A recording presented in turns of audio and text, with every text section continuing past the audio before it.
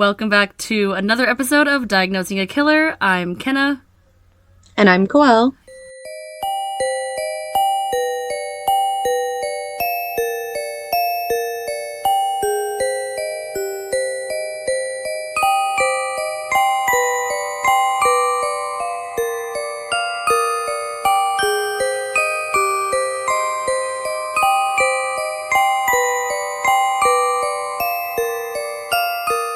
Oh my goodness, it's part 3. Are you guys so excited and ready? You made it. It's here. And I think we're just going to get into it. Let's do it. I'm excited to hear the conclusion. I'm excited to hear the confession. Gosh. Yes. Oh, well, I don't know. You'll see. Oh, no. So, if you missed part 1 and 2, which I highly recommend you go listen to, we're just going to quickly recap what we talked about in part 2. We went through the extensive, unfortunately, victim list of Fred and Rose West, and they have gone to trial and been acquitted a couple times now, and where we left off, Fred approached the police, who he knows are closing in on the discovery of his daughter, Heather, and he said that he is willing to give them a full confession and that he should be arrested for Heather's murder. So that's where we left off. Oh, he said that? He said I should be arrested for her murder? Mm-hmm. Content warning. This episode contains depictions of the brutal deaths of children, incest, bestiality, graphic sexual and physical abuse of children, graphic descriptions of illegal medical procedures, serious symptoms of mental illness, grooming of young children, suicide, dismemberment of adults and children after death, and necrophilia. If this episode is not for you, we encourage you to find another one of our episodes. Remember, your mental health is very important, and we love you. Love you. Bye. Okay, here we go. So, Fred would be arrested immediately and read his rights. At 11:15 that same morning, Fred would formally admit to police that he was responsible for the murder of Heather, but that it was manslaughter. Okay. Yeah. He would go further to state that he and Heather had gotten into an argument the day of her death, and Fred became so enraged that he strangled her out of anger. I mean, I don't know about you, I don't strangle people out of anger, but I don't know. Someone's tried to strangle me out of anger. Oh, God. So, Jesus Christ. You know, I'm not saying it's impassable. Mm-hmm. So this strangling would result in Heather passing away, and Fred would do the next logical thing and dismember her body with a heavily serrated knife. Yeah, because that's where your mind goes to, right? Like, oh, right. She tried to, like, I strangled her out of, like, anger or self-defense or whatever it might be, but I'm just going to go ahead and dismember her. Like, that makes sense. That makes so much sense to me. Mm-hmm. Fred went on to explain that he then stored Heather's remains in a nearby trash can while he waited for an opportunity to bury her in the garden. Because again, that's another step that you have to take, right? You don't... Exactly. Yeah, like, why take the next step? He said he needed to keep this a secret because Fred insisted that Rose had no knowledge of what happened to Heather as she was busy during this argument. So he's like, I needed to hide her body because I didn't want Rose to find her, because I didn't want her to know about this at all. Okay. Fred would also add that the only reason the search team had not yet found Heather's remains is because they had been excavating the wrong part of the garden. So he was like, oh, I'm going to point over there. Right. In an even more strange turn of events, Fred would tell police that he'd be happy to lead them to the exact location of where Heather was buried. So it's like, why are you all of a sudden, like, about to confess, like you're ready to do it? I know why. Okay, go ahead. Okay. May and Stephen would quickly be informed by authorities of what Fred had confessed, and in response, Stephen was noted as slumping against a wall and sobbing. Aww. May would be struck with complete shock and even tried to correct authorities, telling them that there was no way Fred was responsible for the death of Heather. It's just like, again, right, they're so abusive, but the children are just so, they still love them, and they trust them, right? They want to protect them. Yeah. So the following day after the confession, police would begin excavation of the part of the garden that Fred had led them to. By the afternoon, authorities had come across a human thigh bone that was sticking out from one section of the garden that Fred insisted police need not look in. He's like, no, you need to go there. Never mind that. You're only here for one person, right? You don't have, you don't have the legal right to be searching my whole damn house. Mm-hmm. Just the spot I'm leading you to. On the other side, authorities excavating the area that Fred pointed out discovered a mess of human remains as well that were encased in a trash bag. These remains would be taken back to the station for examination, and it was quickly determined that they were the remains of a young woman, and it was noted that the fingernails of the deceased woman were missing. This suggested to police, that there must have been a struggle or they were removed prior to her death, most likely via torture, which is fucked up. Several hours later, the police would positively ID the remains as those of Heather West. Okay, so they were like, okay, this is Heather. Mm-hmm. Although police had Fred West in custody for the murder of Heather, authorities back at the home had discovered an additional 2 thigh bones, leading the police to set up another round of questioning for Fred. He's like, wait a second, there's more. But wait, there's more. It's terrible, but it's probably what he's thinking. Like, oh, if I just lead them to Heather, then I'll only go away for one murder, right? And then they won't have to look for anything else. Yeah. Fred would willingly divulge that there were 2 additional victims, naming one of them as Shirley Robinson. He told police that Shirley was a former tenant at the home and was a lesbian who had been very heavily pregnant with his child at the time of her murder in 1978. Yeah, but she's a lesbian. Okay, sure, right. Yeah. No, yeah. She was especially wouldn't touch this guy, on purpose at least. Fred would go on to tell police that the other thigh bone belonged to, quote, Shirley's mate, end quote, but he did not reveal the identity of this person. So he's just trying to explain it away, like, oh, I killed her and her lover, or whatever, but I don't know her name, her lover's name. Her lesbian lover. Yeah. Fred would formally be charged with both of these additional murders on March 2nd, 1994. Due to the fact that police had located 3 sets of remains in the garden, a warrant was issued and approved to excavate the entire property. Yeah, duh. Like, I mean... Why not? Where there's smoke, there's fire. Mm-hmm. Meanwhile, Rose would be placed in a safe house in a town nearby, and Fred would continue to be questioned over 16 hours each day about the whereabouts of his first wife, Rena, and his stepdaughter, Charmaine. They're, like, drilling his ass. During one of these rounds of questioning, Fred would tell his solicitor, or legal advisor, to pass a handwritten note to the leader of the investigation, Superintendent John Bennett. Mm-hmm. So they call them solicitors in the UK. Isn't John Bennett the guard from Orange is the New Black? Oh, okay, Orange is the New Black? Yes, God. And that's like such a, did you ever watch Lost? Either way, they never explain where the polar bears come from for the most part. That's the whole thing. It's like, they never explain the polar bears. Like, they never explain John Bennett. Like, I was for sure thought the last season, he would have come back or whatever. It just pisses me off that, like, we loved Bennett so much and he turns out to be this giant pussy who doesn't want to take care of his kid. Me too. I liked him a lot. So again, Fred, Fred actually, that's the name. Why I thought it was Frank. This is the 3rd episode, and I'm like still messing up his name. So Fred was like, I'm not going to talk to this John Bennett. I'm going to have my legal advisor do all my communication for me, but I'm going to write a note, and I'm just going to have my legal advisor pass it over for me. So he's still like communicating, verbatim, but he's just not talking out loud. So, this note, dated March 4th, read, quote, I, Frederick West, authorize my solicitor, Howard Ogden, to advise Superintendent Bennett that I wish to admit a further approximately 9 killings, expressly Charmaine, Rena, Linda Gow, and others to be identified. Signed, F. West, end quote. And that was a typo. It's Linda Koff. I'm sorry, her last name is not But Gow, he was just Koff. Like, yeah, I did it. All 9. Yeah. Yeah. Yeah. And why couldn't you just say that out loud? You should have just said that from the beginning. You're dumb. Would have saved us all a lot of trouble and digging. Right. Mm-hmm. Yeah. So authorities would continue their questioning of Fred, hoping to gain insight on these new murders he was now confessing to. Fred would calmly explain to police that most of the victims he claimed to have killed were hitchhikers or girls he picked up at bus stops. Initially, Fred claimed that 6 victims had been killed when they threatened to tell Rose of his infidelity, and that he had taken their bodies to the West home to abuse, dismember, and bury in the garden. Fred claimed the only reason that he dismembered his victims was to make it easier to bury them in shallow graves. But how does he...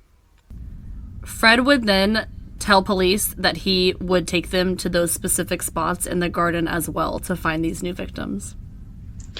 So he's kind of admitting that, okay, but he's essentially saying that these people are essentially people he cut. His phrasing is weird, I guess. It sounds like he doesn't care about these people, when in actuality, the people that he's killing are people that he's slept with, or his children, or his, you know, or his wife's girlfriends, or whatever it is, you know? Like, it's just interesting that it just sounds like he's like, oh, well, like, they weren't, he just makes it sound like he's phrasing it like they're not good people. Like, he's like, oh, they're just people that, like, I was trying to cover my tracks, and, you know, it's just, I don't know. Yeah, I think that maybe a lot of it was, like, he abducted these women, and then he sexually assaulted them, and then he's trying to say, like, well, I sexually assaulted them, but, like, I was gonna let them go, and then they were like, well, we're gonna tell your wife that we had sex, or whatever. Like, it doesn't make any sense. Right. Yeah. So over the next few days, from March 3rd to 5th, 1994, police would uncover 6 further bodies of young females at the West home. Each victim had been extensively mutilated, and each body showed evidence of being subjected to extreme sexual abuse prior to the murders. And I'm so sorry, I know I just said a second ago that it was a typo, that it was Linda Gao and it was Linda Koff. I said Linda Koff in the first part, I think. That was a typo. So her last name is Gao, like Gough. Just want to make sure that's clear. Which is a name. I know. I just want to make sure that's clear because I definitely don't want to disrespect one of the victims. So I want to make sure that's clear. Right. It is Linda Gao. And she actually gets brought back up here. Her body was actually discovered here. When it was discovered, her jaw was noted to be completely wrapped in adhesive and surgical tape, most likely to silence any screams. And 2 small tubes were found. Police think that these were likely inserted into her nose to help her breathe because her mouth was covered. Very, very awful. Jesus. Yeah. Long sections of string and knotted fabric were also found, suggesting that she had been suspended from the beams in the cellar like other victims. And it was determined that Linda likely died of suffocation or strangulation. Oh my God. I know. Linda's dismembered body was also missing 5 cervical vertebrae. Not only was her body missing parts of her bone, but it was noted as a theme that all of the bodies found were not completely intact, suggesting maybe he kept pieces or something. That's what police think. That's interesting. Or, I mean, I guess he wouldn't be decapitating them, but, yeah, that's interesting that he was, because if you're going to strangle someone, you can break those bones in your neck, but, yeah. And the reason I say that, too, is because when questioned about why the bodies were not a complete set, Fred would refuse to answer. He didn't want to tell them. Interesting. On top of the murders of the victims exhumed from the West home, we know that Fred also confessed to the murders of Rena and Charmaine. Fred would also confess to knowing the location of Anne McFall's remains, although he would deny having anything to do with her death. Because remember, Rose. It was Rose, yeah. Fred would agree to lead police to these spots, and the excavations would begin on April 10th. So it's unclear exactly how Rose became back under police suspicion. It obviously makes sense that it's the wife, but as far as I know, Fred didn't tell police that Rose was involved in anything. Yeah. In some sources, I read that Fred divulged to one Janet Leach that Rose was actually mutually responsible for Heather's death, while other sources stated that police suspected otherwise and arrested Rose on other charges so that they could try to get more information on her. So yeah, this Janet Leach that I had just mentioned, like I said, one source said that Fred told her that Rose was mutually responsible. She was appointed as Fred's appropriate adult, and I think I said this either in part 1 or part 2, but when you get arrested in the UK, apparently, at least at this time, you got appointed an appropriate adult, which is essentially someone that's there to support you when you go through questioning or anything having to do with the police. Like, it's just like a peer, almost. Not a appointed lawyer? It's like nope. It's just a regular person. Well, she's probably part of the legal system, but she's not a lawyer, she's not a prosecutor, anything like that. She's just made to just essentially just hang out with him and make sure he's good. Okay, all right. Yeah, and I thought that was so cool. Pizza? I think we did talk about that maybe in part 2 because we were saying, or maybe it was another episode, but we were saying that it was part 2 because it was like children should have someone there with them, during things like that, an adult, right? Yeah. Yeah. So, an adult can have it, or children can have it, but for some reason we don't have them for adults regularly. Yeah. But that's interesting. Yeah. On April 20th, 1994, police would arrest Rose on offenses relating to the rape charge of Anna Marie and the physical assault of an 8-year-old, charges that she had been acquitted from in the past. Okay, so she was already on their radar. Right. The following day, Rose was refused bail and transferred to Pucklechurch Prison to be held in the maximum security wing. So police are like, there's no way you didn't have something to do with this. You know, like, it's happening. Yeah. Meanwhile, police were doing everything they could to try to build a case against her for at least the murder of Heather. While in prison, Rose would be questioned more closely about the murders, specifically those of Heather and Linda. Throughout the questioning and excavations, police were able to pin together substantial evidence that they were confident with, and Rose would officially be charged with the murder of Linda on April 25th, 1994. Damn. While the evidence continued to pile up back at the West home, Fred and Rose would be jointly charged with 5 counts of murder by May 6th, within like a few weeks. Yeah. When being read the charges, Rose simply replied with, quote, "I'm innocent," end quote, to each one. Fuck off. Yeah, right. This same statement would prove to be a theme throughout the nearly 50 interviews investigators did with Rose leading up to her trial. She's like, "I'm innocent, I'm innocent, I'm innocent." Yeah. That's a lot. Meanwhile, the excavations were still going on, and the remains would be located of Rena, Charmaine, and Anne McFall. The autopsy of Charmaine's body determined that her body had been severed at the hip. Several bones, including finger, wrist, toe, and ankle bones, were missing from the skeleton, leading to the speculation, again, that the missing parts were kept on purpose. Okay, I have a theory. Because I was like, okay, how does he get, like, her vertebrae bones? Like, that's weird, right? But, like, what if he's digging them up and then collecting them? Yeah, he might when they're, like, skeletal. Because it's not like an animal could. Yeah, that's true. Because they're buried. The limbs of the body of Anne McFall had been carefully dismembered, and some fingers were missing from the body. The pregnant teenager seemed to have her unborn child cut from her body. Oh my God. Again, Fred would initially deny that he had anything to do with the murder of Anne, but he would later confess to one visitor following his arrest that he had stabbed her to death following an argument. Although we know that that's not true. Yeah. So he's trying to cover for Rose, I guess? Or, I mean, trying to cover for the torture, right? Yeah. However, Anne's wrists were noted as having sections of dressing gown cords wrapped around them, suggesting that she may have been tied up prior to her murder. Mm. Evidence never lies, folks. Never lies. It's true. Dr. Lee. With the discovery of Rena's body, evidence came out that suggested she may have been restrained and possibly sexually assaulted prior to her murder as well. Her body was extensively dismembered, placed into plastic bags, and buried close to a cluster of trees about 1 mile from where she was killed. Oh my God. The excavations would come to a close on June 7th, 1994. Fred would be transferred to Birmingham's HM prison, Birmingham, around this time, and his noticeable depression would force authorities to place a 15-minute interval suicide check on him. Damn, that's pretty severe. I know. Fred and Rose West were both brought before a court in Gloucester on June 30th, 1994. At this point, Fred was charged with 12 murders and Rose with 9. Wild. That is wild. When the couple arrived at the court, it was the first time they had seen each other since Fred's initial arrest.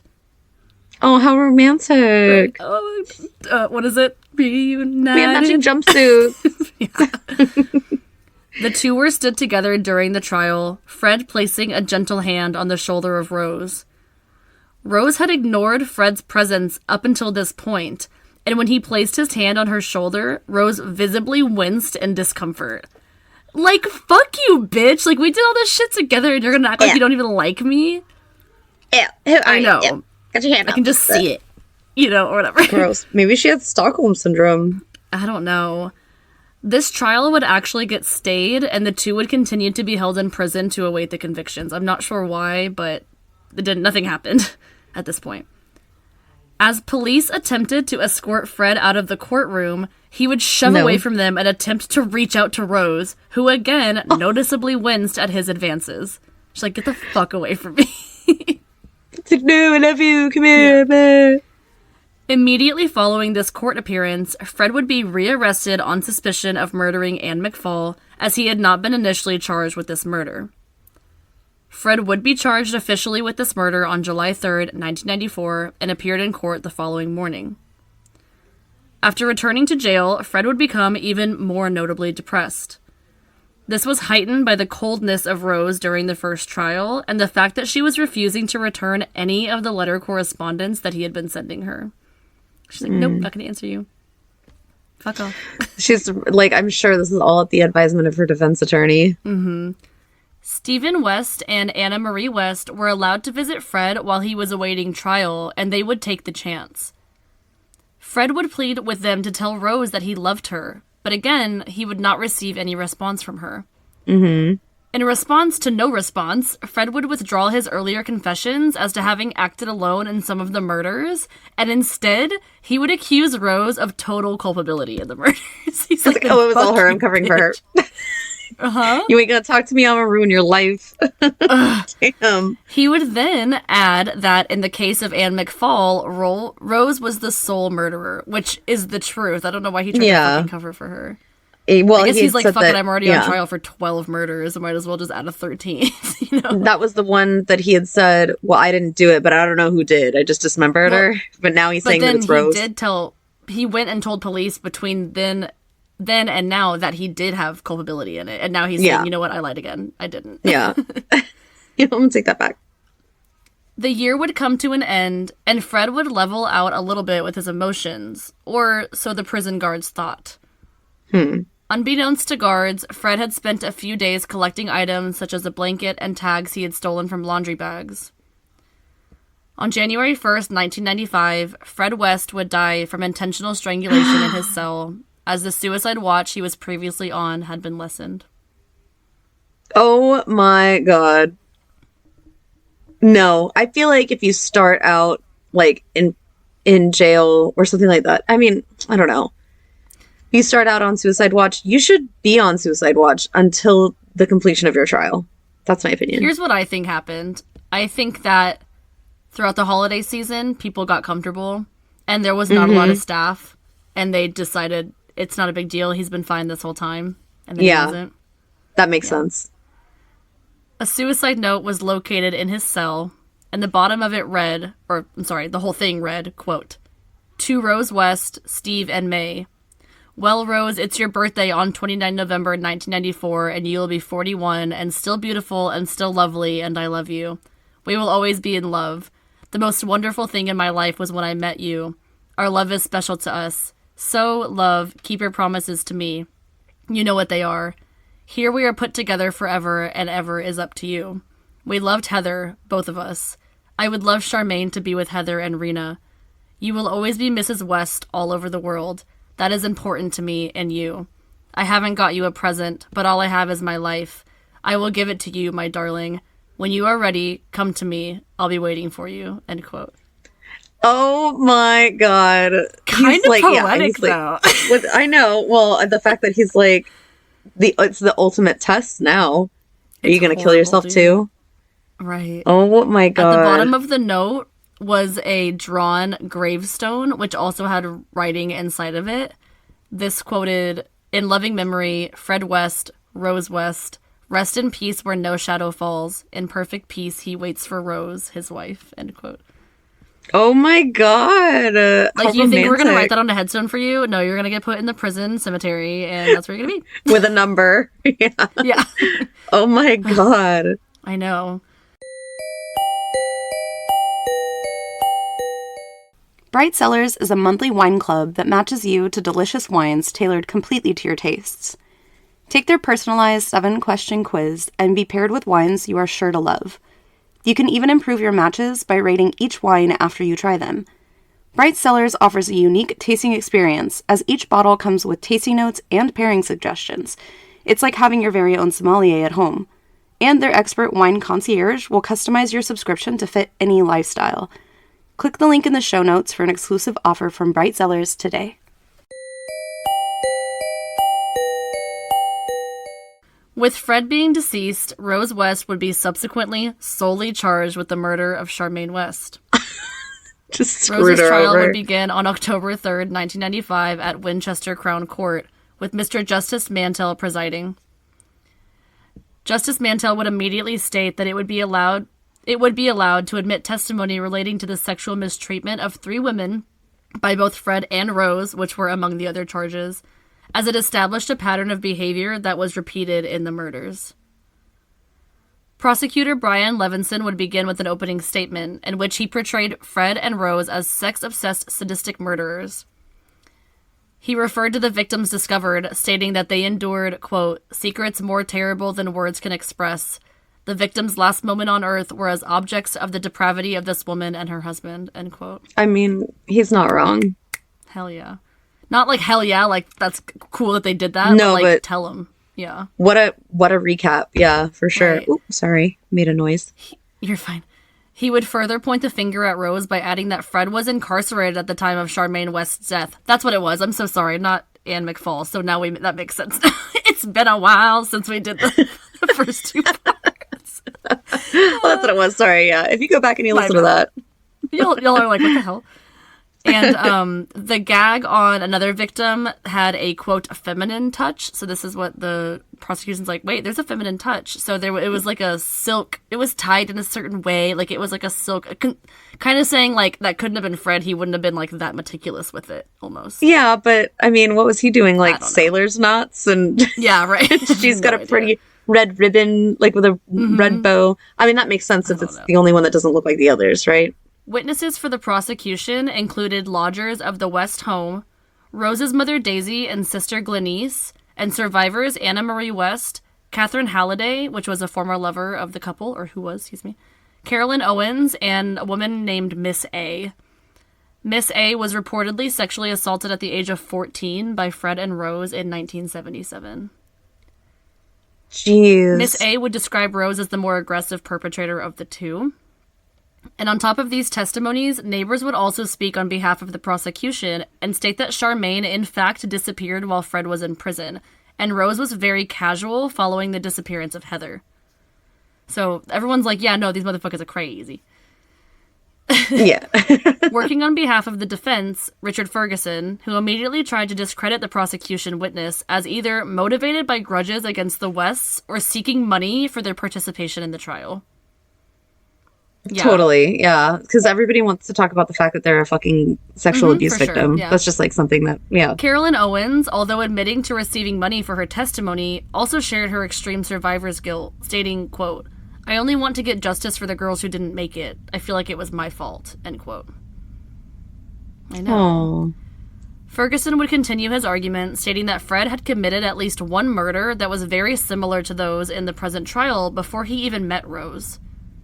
He would state that the prosecution's argument was mostly circumstantial, and that Rose was unaware of the extent of Fred's sadism, as she was simply promiscuous and naive. No, I don't think so. So naive. She was the one. You're gonna love this. Against the advice of her counsel, Rose would also testify on her own behalf. Love when they do that. Please continue to do that. If you're that's the right move. If you're a defendant on a murder trial, please testify for yourself, because you are yourself. Like, you're the best character witness. You're is your yourself. biggest advocate right there. Do it. Stand up for yourself. God. Please. Rose was noted as being morose and tearful, but also upbeat and humorous at times. Like, ew.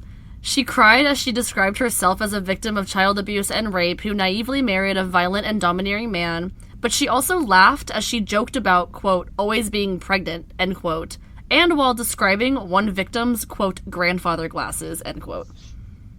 So you're, like, laughing at the victims. She laughed? Like, ew. She was like, oh, yeah, grandfather glasses. He looked like such a grandpa with that. Like, you're on trial for murder, homie. Multiple murder. Whoa. Rose would go further to state that she did not recall the 6 victims that were found at the home, and she did not remember much about her alleged assault of Carolyn Owens. Like, that's a cop-out. It is a cop-out. I mean, she's not...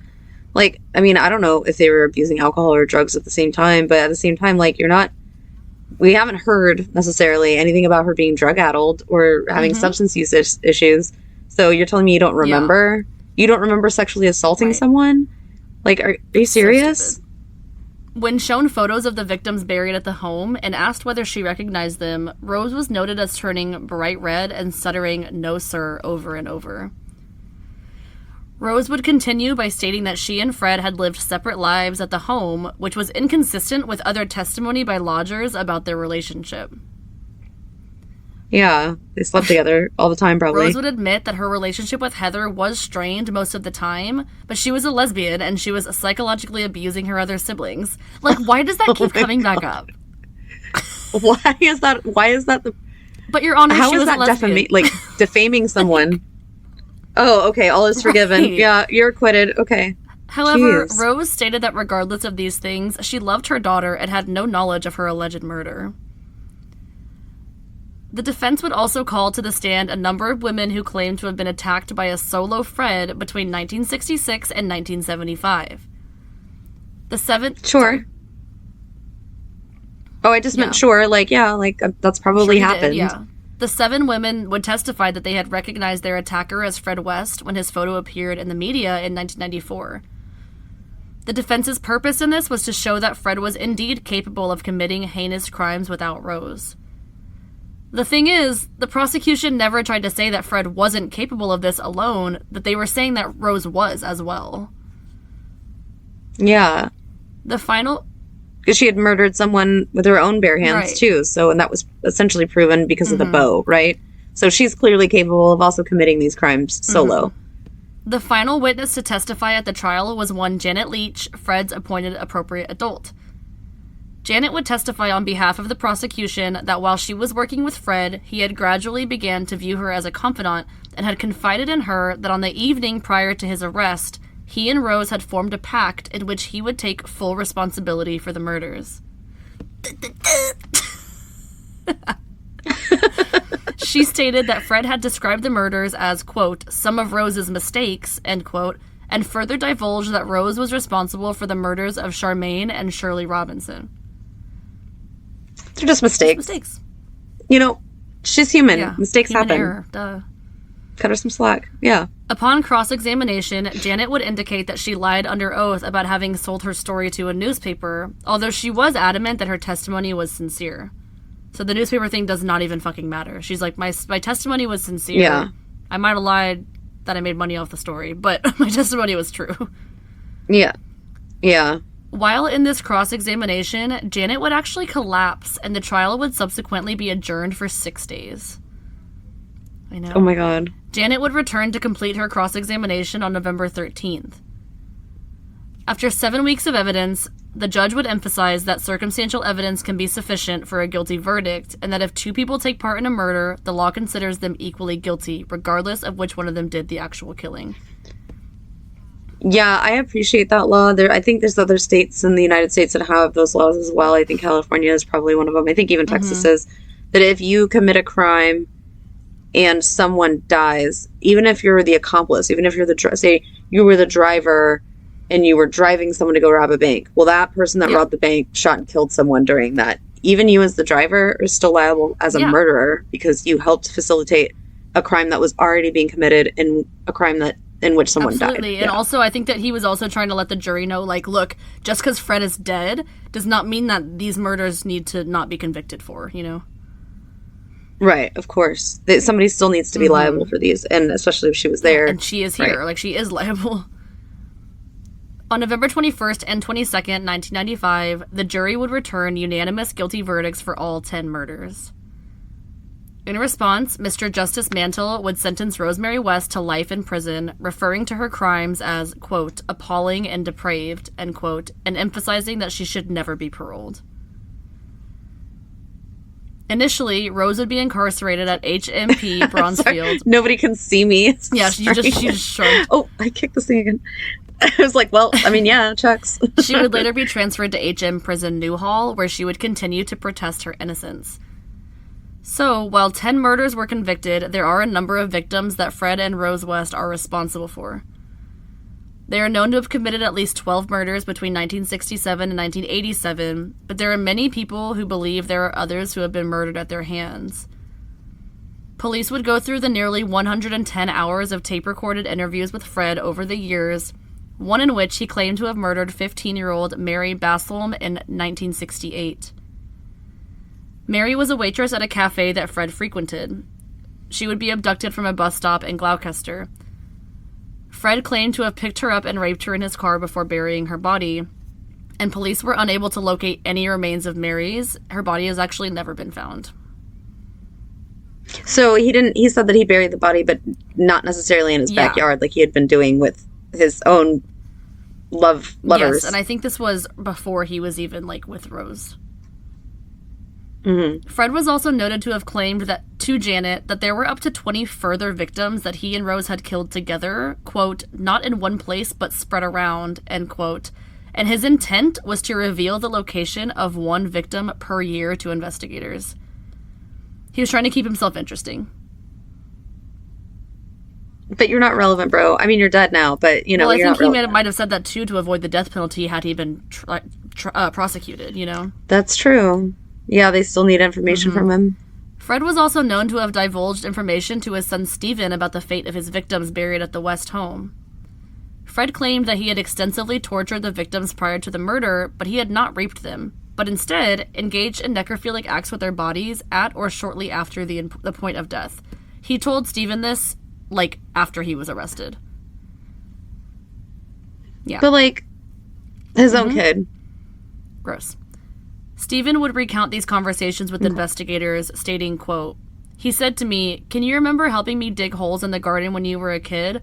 I said I couldn't remember, but he said, "We did it together, you know." Then he said, "That's where the girls were found, in the exact holes," end quote.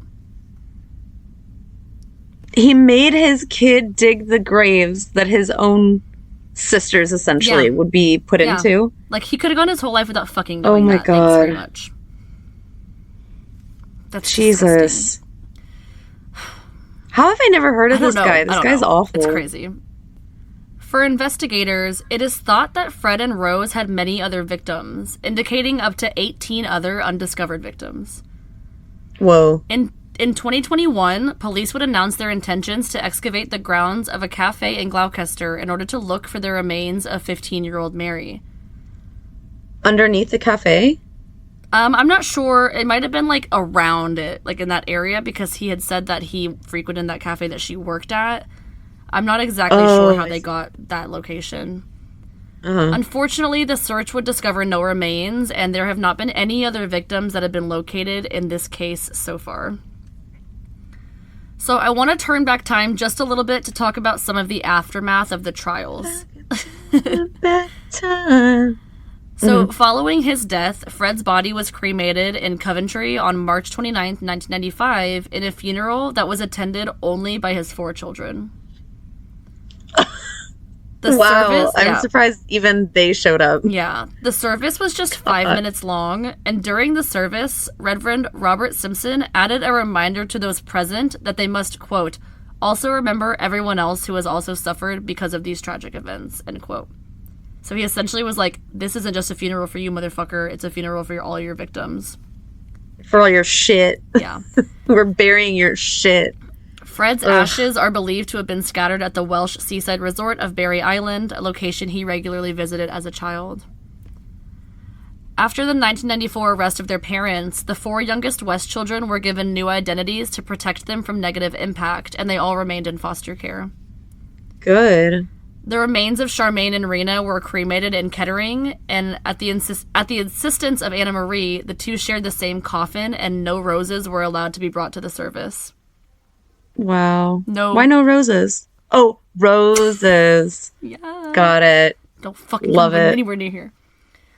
2 weeks after Anna Marie West delivered her testimony in 1995, she would attempt suicide. Anna Marie would attempt suicide once again in 1999 by throwing herself off of a bridge into a river. Oh my God. Oh. Anna Marie would be asked in the final trial of Rose why she did not want to testify years prior against her father about the abuse she had suffered. She stated, quote, my father and stepmother were all I had, end quote. So even though they were her abusers and horrific people in her life, that was all she felt she had. She never had a life outside of that. Like, it's probably consumed everything that she is and every thought that she'll ever have. And I mean, it's shaped her for life. Like, that's all she had. Stephen West is also known to have made a suicide attempt in 2002. And in 2004, he would be arrested and jailed for 9 months for having unlawful sex with a 14-year-old girl on multiple occasions. It kind of seems like it was statutory, like it might have been like he was in a relationship, but he obviously he's choosing inappropriate people. Well, she's 14. What do you mean? I'm saying he might have been a little bit older than 18, but he's choosing an inappropriate partner. He was arrested for having unlawful sex. He wasn't arrested for rape or for sexual assault. I see. Yeah. Sexual assault, yeah. But still, I mean, that is another cycle of that abuse cycle, right? Is that he was exposed to that at a young age and he doesn't see anything wrong with that, you know? Exactly. DC Hazel Savage would be placed upon the annual New Year's honors list for her investigative work in the West case. Which I just think that's fun. I like when the detective gets praised for their good work. Me too. The West's house was demolished in October of 1996, with every piece of debris destroyed in order to discourage potential trophy hunters in the area. Good. In November of 1996, nearly 2 years after Fred died, his younger brother John would hang himself in the garage of his home. At the time of his death, he was awaiting the jury verdict in his own trial for the alleged multiple rapes of his niece Anna Marie and other young girls at the West home. Well, I mean, I don't know what to say about that. I'm not going to say anything that would be kind. Let me say that. Yeah, for sure. In September of 2001, after many years of appeal attempts, Rose announced her intentions to abandon her efforts to appeal, stating that she would never feel free even if she was released. As you shouldn't. She shouldn't. Anna Marie, May, and Stephen would visit Rose in prison on a regular basis until 2006, when Rose ceased contact with them following May asking her about her role in the murders. Rose would justify her decision of cutting contact with her children by stating, quote, "I was never a parent then and could never be now," end quote. Anna Marie would eventually continue visiting her mother in prison.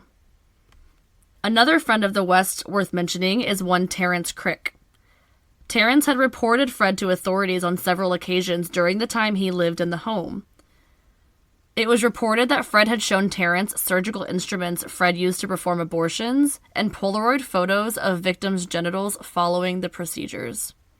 Oh my god. This guy, posthumously, right, is still a dick. Gross. Terrence would later tell police that Fred had asked him to assist him in finding pregnant girls so that he could perform abortions upon them. Like, no. So it's like a kink. I think so. Terrence would later claim that he thought police ignored the reports because Fred was actually a police informant himself. So he thinks that the police didn't prosecute him after he reported him anonymously because they were like, oh, we don't want to mess with that guy. We get, like, stuff from him. We'll just let him continue to do abortions illegally. The stress and guilt Terrence had felt over the years would ultimately get the better of him, and in January of 1996, a 48-year-old Terrence Crick would be found deceased in his car. He had intentionally killed himself via carbon monoxide poisoning. This is lawless. Why isn't this a Patreon case? I don't understand. It's too long. This is lawless. Yeah. In 2004, one of the West's youngest children, by the name of Barry, claimed to have witnessed the murder of his sister Heather. According to Barry, who was just 7 at the time, Fred and Rose had restrained, then sexually and physically abused Heather before Rose had repeatedly kicked and stomped on her until she was deceased. In October 2020, Barry West would take his own life at the age of 40 by means of overdose. Like, this is like now 4 people that have either attempted suicide or been successful with it after this.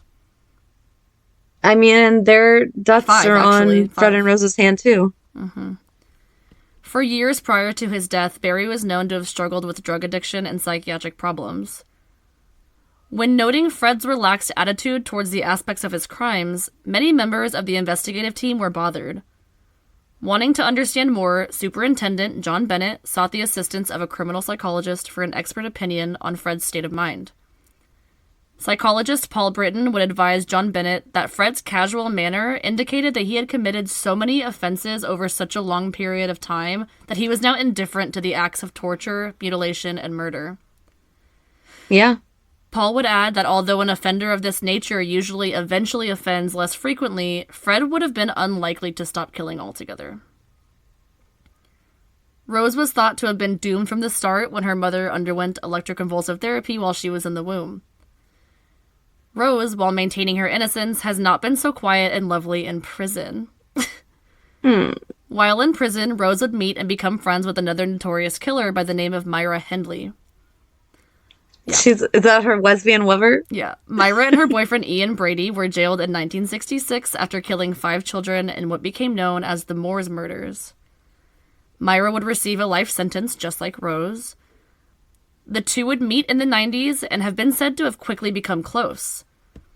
Rose was known to have told a legal representative of hers called Leo Goatley, quote, "Yeah, Myra, she's all right. We get on. I want to see how it goes," end quote.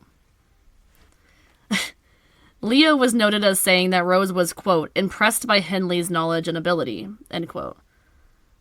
He would go further in a published book of his to note, quote, "Rose's first paramour was the Moors murders, Myra Hindley, who happened to be in the hospital wing at HMP Durham at the same time in 1995 and early 1996, end quote. However, Leo also noted that the women's relationship did not last long, with Rose stating that Myra could be, quote, "very manipulative," end quote. Oh, isn't that your cup of tea? Oh, Kettle that's meet pot. rich. Yeah. Kettle pot. Right. Yeah, exactly. He told sources, quote, "When I visited a few months later, Rose's opinion of Hindley had changed dramatically. She was saying you have to watch Hindley. Mind, she is very manipulative. You don't realize it, but she gets you doing stuff for her. Oh, she's clever, all right. She's flippin' dangerous, that one. She ain't gonna take me for a cunt again." And so heralded the end of the romance, end quote. I don't remember that part in Harry Potter. Do you? Oh, jeez. So get this. In February of 2019, it was reported that Rose was, quote, "dangerously overweight," end quote, at around 250 pounds. Which, Whoa. It's so funny because us Americans are like, 250 pounds, that's really not a lot. I had to, like, do the conversion to make sure that it actually was 250 pounds. Yeah. That doesn't she seem like a lot gained here. 250 pounds or she was weighed 250 pounds? Oh, okay. Well, that's not... Right. That's what I'm saying. I mean, but that's, apparently in the that's UK, heavy, but that's big deal. not heavy. Well, I mean, we don't... I would have to see a before and after photo, I guess. Right. So Rose was told by doctors to lose weight or face an early death. So she chose to do a keto diet. How do you do that in prison? That's weird. Cute. Come on, keto. Yeah, how do you do that in prison? I would have to look that up. Don't eat? I don't know.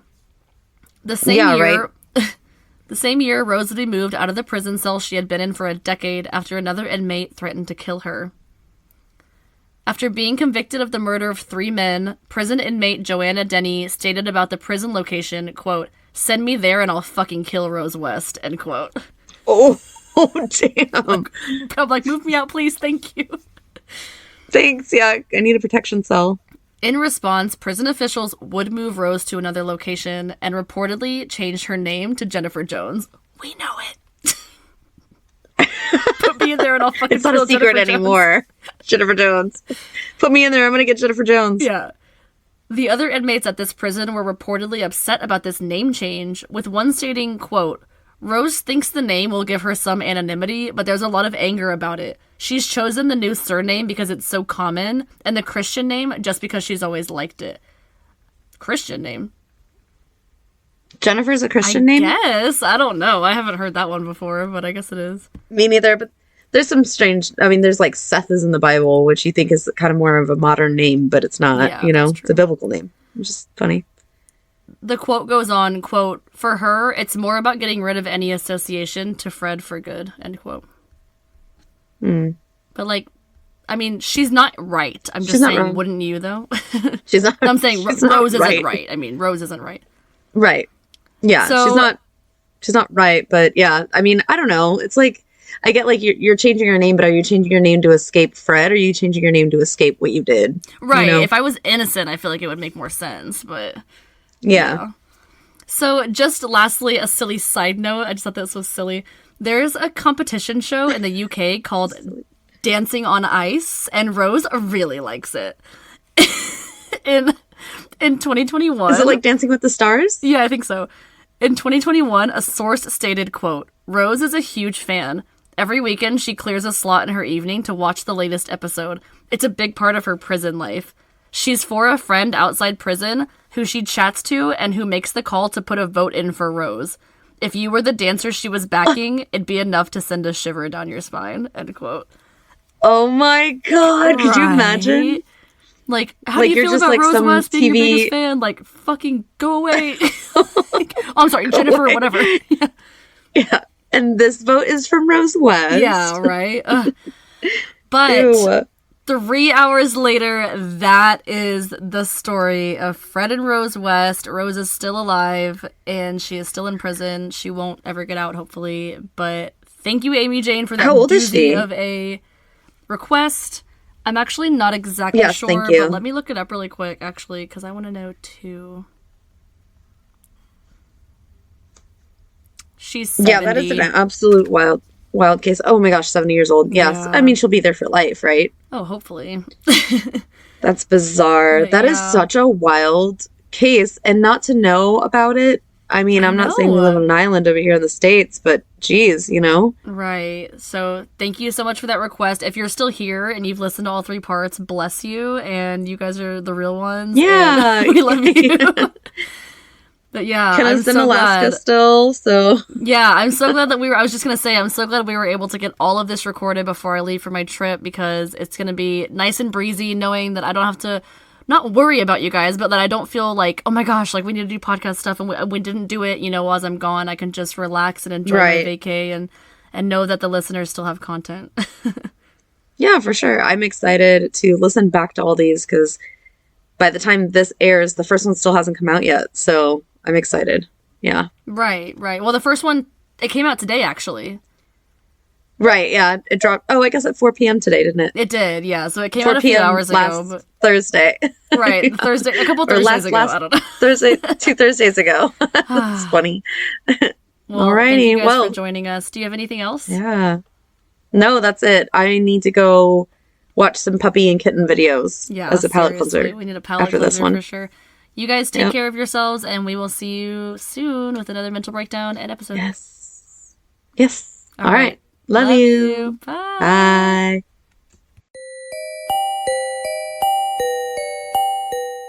If you want great tasting meals daily, but can't find the time to shop or even cook, we have the solution for you. Fresh Meal Plan is a convenient, easy way to create custom meals delivered right to your door. With hundreds of rotating meals each week, there's always something new to look forward to. Many of their meals are ready in 3 minutes or less, so you don't have to spend all night cooking. Just select your meals, heat, eat, and bon appetit. Click the link in our show notes today for an exclusive offer with Fresh Meal Plan and create the perfect menu for you.